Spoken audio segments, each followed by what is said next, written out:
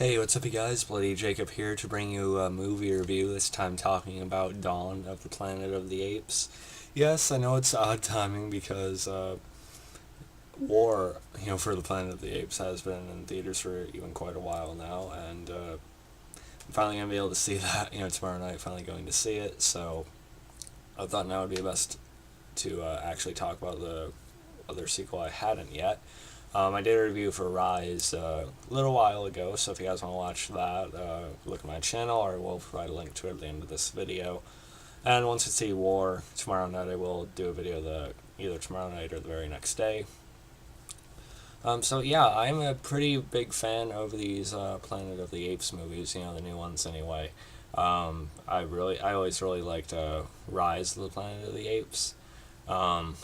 I just thought it was a good way to, start it, brought a more realistic feel to the whole premise.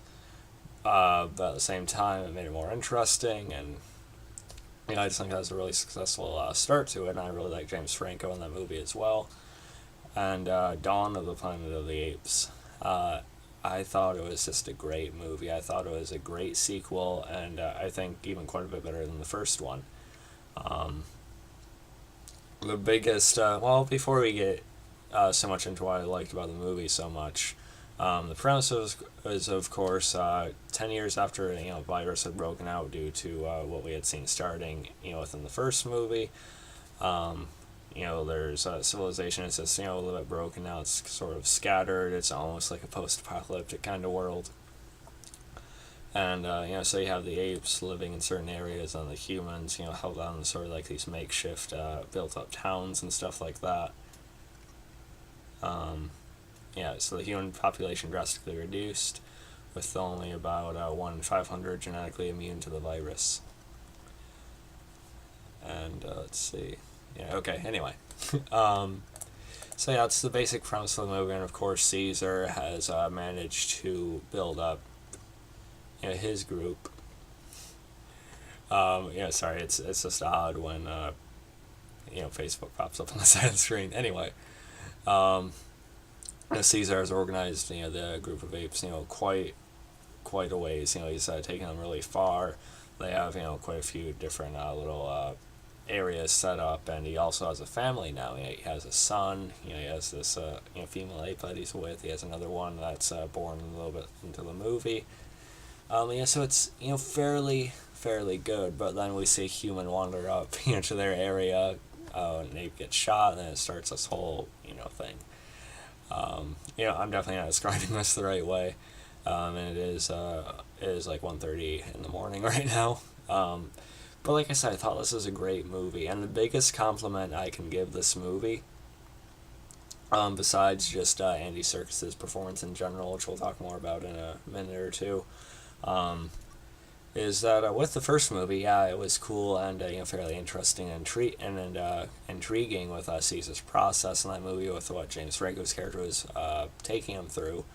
But at the same time, what this movie did, they took that even further. They had that, but they made Caesar and some of the others feel like real characters now. You really felt their growing humanity, their growing intelligence, and in this movie it becomes so enthralling and real that you almost forget. You're not just looking at it saying, oh cool, it's an ape doing this, you actually think, oh okay, this is a really good character that I can get invested in. You almost forget about the whole animal part of it, really, while still of course admiring how they're built up and everything like that.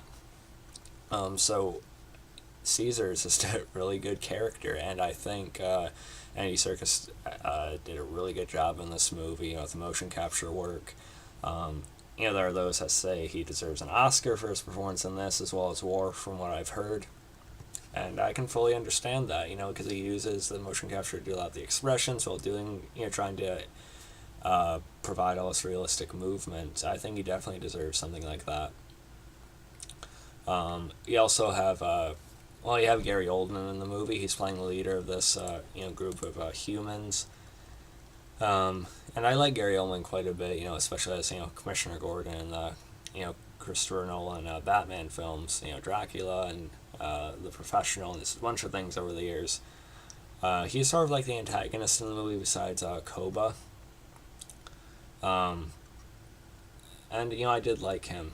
He's not like just a one-shot, like, antagonist. He doesn't just, like, hate the apes and he wants to kill them no matter what. You see a little bit of his reasoning for it. He was a family man at one point, but he had lost them, likely to the virus, I would assume anyway. And there's even a point where, they get the electricity back, and you feel like he could actually be reasoned with until Koba launches that last attack on their community. And at that point, there's no going back for him, and he can almost get it. So I like Gary Oldman in the movie. As Caesar says at the end of the movie, they'll never be forgiven for this attack. It's unfortunate that Koba did something like that, but it's pretty much stained any view or perspective on most humans could have unless they know what really happened. Then you have Jason Clarke. He's sort of our main human protagonist. Malcolm. He has a family as well. And I thought Jason Clarke did all right. I thought he was pretty serviceable in the movie. Although I did feel like he was the weakest part. He wasn't really that bad. I do think James Franco did a better job in the first film, but they are different kinds of roles. I do kind of wish they had just brought James Franco back. But we'll talk more about what little bit he was involved in a second. But like I said, Jason Clarke was serviceable. He didn't do a bad job or anything, but I do think they could have picked a more interesting actor for it. But again, not a bad job. He didn't really take away from the movie or anything. He was fine. And of course, I already gave a ton of credit to Andy Serkis. And James Franco is a little bit in this. I love the point, after Koba's betrayal, where he shoots Caesar. Caesar barely manages to survive. And Malcolm and his family take him back, to his old house from the first film that James Franco's character had kept him at. And, it did bring back, some feels. You do feel the emotion of it. Like I said, you feel really invested in Caesar as a character at this point. They've done a great job with it. You recognize the window right away that he used to look out from. And you see, his picture with Will, James Franco's character. You also see a video of him, which I guess James Franco actually came back to record for the movie, which is cool, as far as I know anyway. At least the character's presence was still, felt. It's implied that he died with the virus and everything like that.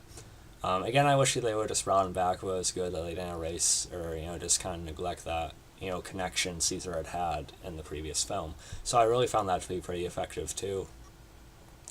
And the action sequences are just great. It's really well filmed. Of course, directed by Matt Reeves. I'm excited to see what he's going to do with the Batman movie coming up.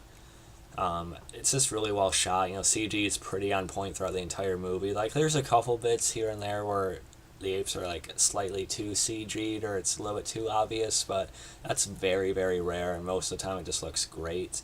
And again, like I said, the action sequences are really well filmed. The fight scene between Caesar and Koba at the end of the movie, I think, is really cool. Again, you just feel invested. You're not just watching these animals and think, oh, that's cool. It's cool, but yeah, I want Caesar to win here, because I really care about him. I thought Dawn of the Planet of the Apes was a great movie. And Caesar's son I thought was fine as well. I could go on about this for a while, but again, it's almost 2 a.m. now. But yeah, I just thought Dawn of the Planet of the Apes is a great movie. As much as I liked Rise, and that film definitely has its place. I think this one was even better. They topped themselves. And if I had to rate it, I'd give it an A. If I watched it again, I wouldn't be surprised if I'd bump it up to an A+. But I was tired tonight while watching it, but it's still just a really, really well-realized film, I thought. And I have no regrets.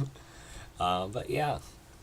Like I said, I will get my review out for War of the Planet of the Apes soon after I see it tomorrow night, or at least within the next day or two afterward. Still got to do my review of the Strain episode from this week, but I'm kind of lukewarm on that right now. Also may do a video on Blood Drive at some point, not sure about that either. But anyway, great movie. I really enjoyed it. Let me know what you guys thought about this film and where it ranks with the others. So yeah, follow me on Facebook, Twitter, subscribe. I'll catch you guys next time. Peace.